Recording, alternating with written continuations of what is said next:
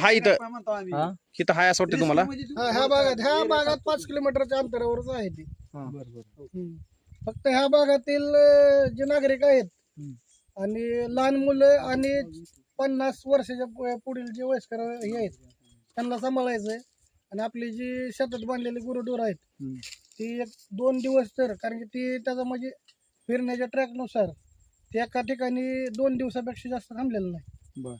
कारण की ज्या भागाकडनं ते आलाय का तर 2-2 दिवसाचं जास्त मुक्काम त्यानं इडशी डिमऱ्यावर तिथं वन्यजीव असल्यामुळे तिथं केलेलं आहे.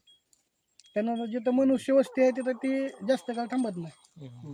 फक्त आपलं एवढं आहे की आपण त्याला म्हणजे ती काय म्हणजे हे नाही माकड नाही किंवा कुत्रं नाही की ती आला आणि दिसला आणि त्याच्या मागे पळायचं आणि करायचं.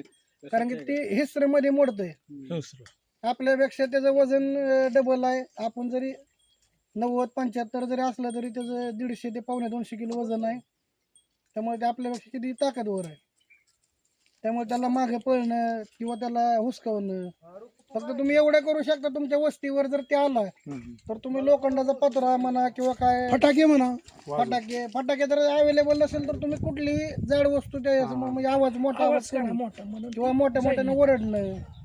आणि शेतात जाताना शक्यतो आता इथल्या भागात तर 4-5 जण मिळून बांधावरची जरी तुमची भांडणं असली तरी ती मिटवा आणि वाघ जवळ आहे त्यावर एकोप्यानं राहा, एवढं मी सांगतो. बरोबर आहे. सांगा ते किती- इथलं जी रक्त आहे का सकाळी 35 सुद्धा इकडे महागारी गेले सासूरला का दैठण्याला गेले. त्याच्या पगमार्कच्या ह्यानं जर बघितलं का तर ती रिवर्स त्या वड्याकडे गेली. काय म्हणतो मी गेले. बघा तुम्ही डबल हो बरोबर आहे ना. तुम्ही काय करा ठसा पग मार्क रेस्क्यू करा. हे मध्ये दही आणि 4-5